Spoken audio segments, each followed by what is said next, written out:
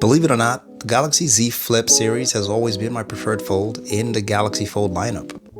And no, it's not because I like to slam it shut when I'm cutting people off, although that is kind of awesome. But it's more of the form factor. It's a regular phone that folds into a smaller phone. Now I know that might be weird for a lot of people since large phones seem to be all the rage, but some people like me still like them within manageable range. Like they say, it's not about the size, but what you can do with it. That being said, Samsung did make some decent updates to the Flip 7, but mostly on the outside, starting with the hinge. The teardrop hinge from the Flip 6 was good, but this updated version is much better, allowing the phone to close completely flat, and that leads to a less visible crease in comparison to the Flip 6. And at certain angles, it's more visible than not. Also, if you run your finger across the screen, you can still feel the groove, as in the depression caused by the crease, not the music in the background. Since we're on the subject of screens, Samsung did make this screen bigger. It's now 6.9 inches in comparison to the 6.7 inches on the Flip 6, which creates a new aspect ratio of 21:9 for a bigger, more cinematic viewing area. The edge of the Flip 7 is raised with something that resembles a rubber gasket to protect the edges from the enhanced snapping power due to the new magnets. As usual, there is a screen protector installed by Samsung, which you should definitely not remove. Although it tends to gather dust at the edges, from rubbing your hands across it. And again, for a phone that lacks dust resistance, that's not ideal.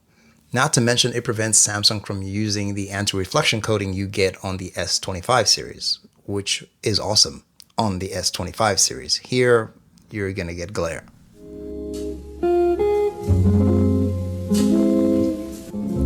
The outer screen gets an upgrade too, increasing from 3.4-inch AMOLED display on the Z Flip 6 to a 4.1-inch screen that wraps around the lenses with super thin bezels.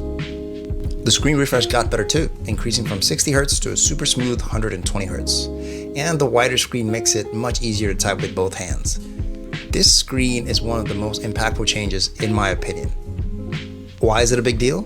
Because this screen gets used quite a bit, not just as a quick reference tool, but completely customizable to be very useful for most apps you would use daily. It comes preloaded with interactive widgets like the weather or timer, but like I said, you can pretty much customize this to do whatever you want. All you gotta do is get the Good Luck app from Samsung to add whatever you want to access from this outer screen. And they did give this some thought by including a new toggle to make sure the content you're looking at isn't blocked by the camera lenses in front. And since you're powering on the full screen less for repeated short tasks, this technically should translate into less battery usage for that activity, right? Well, not exactly. So technically, you are using less power by optimizing the cover screen, which is less than half the size of the full screen inside. And the Flip 7 does have a bigger battery at 4,300 mAh, up 300 mAh from the Flip 6. But in general, the Flip 7 seems to have a shorter battery life in my daily use versus the Flip 6. And the primary reason here would be the chipset, I suspect. You see, the Flip 7 comes with the all-new Exynos 2500, which is newer but doesn't seem to be better in terms of overall system management and performance throttling. Hence, power is expended far more than the Flip 6, which had a Snapdragon 8 Gen 3. In some benchmarks which you can find online, the Flip 7 starts out at about 5 to 6% faster than the Flip 6 in terms of performance, but just after a few minutes it dips to the same level and sometimes even lower than the Flip 6. Can software upgrade fix this? Not sure, but that's what you get. Also, I'm not overly worried about processor benchmark performance because throttling tends to be a general thing for everybody. With prolonged use, heat will slow down anything. It's just how you manage it with software and the general body of the phone are factors that can add to the performance, but generally heat will slow down most processors.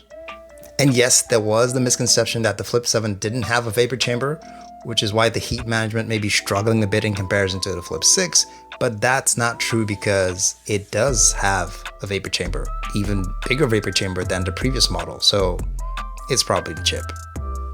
Let's talk about the cameras for a second or two. And I mean literally a second or two, because nothing changed. It's the same hardware from the Flip 6, and don't get me wrong, it's not a bad camera, it's just lacking in any kind of real zoom comparable to other phones of the same price range.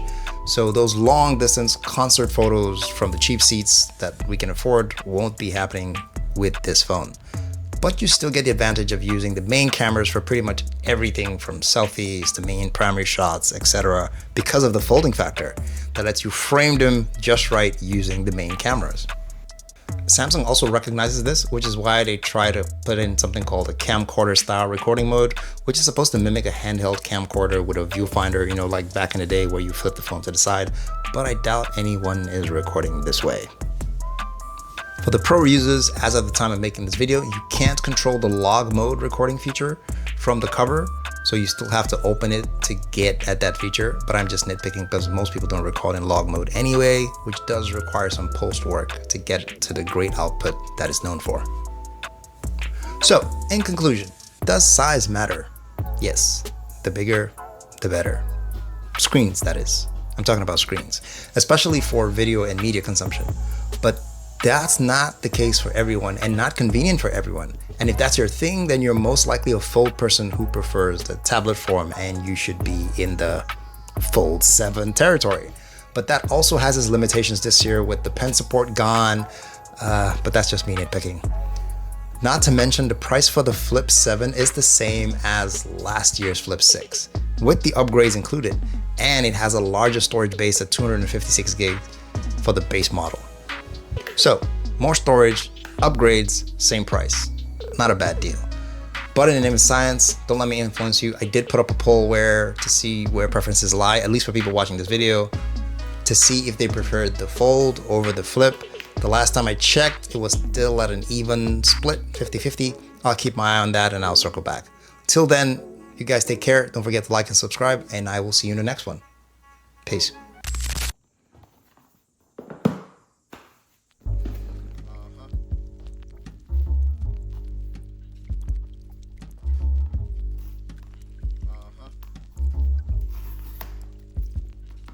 Blame it on your brother first. People run around like that's no big deal.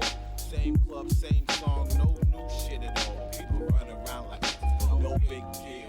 I'm trying to hit it, maintain, hold the head but up. People run around like it's no big deal, man.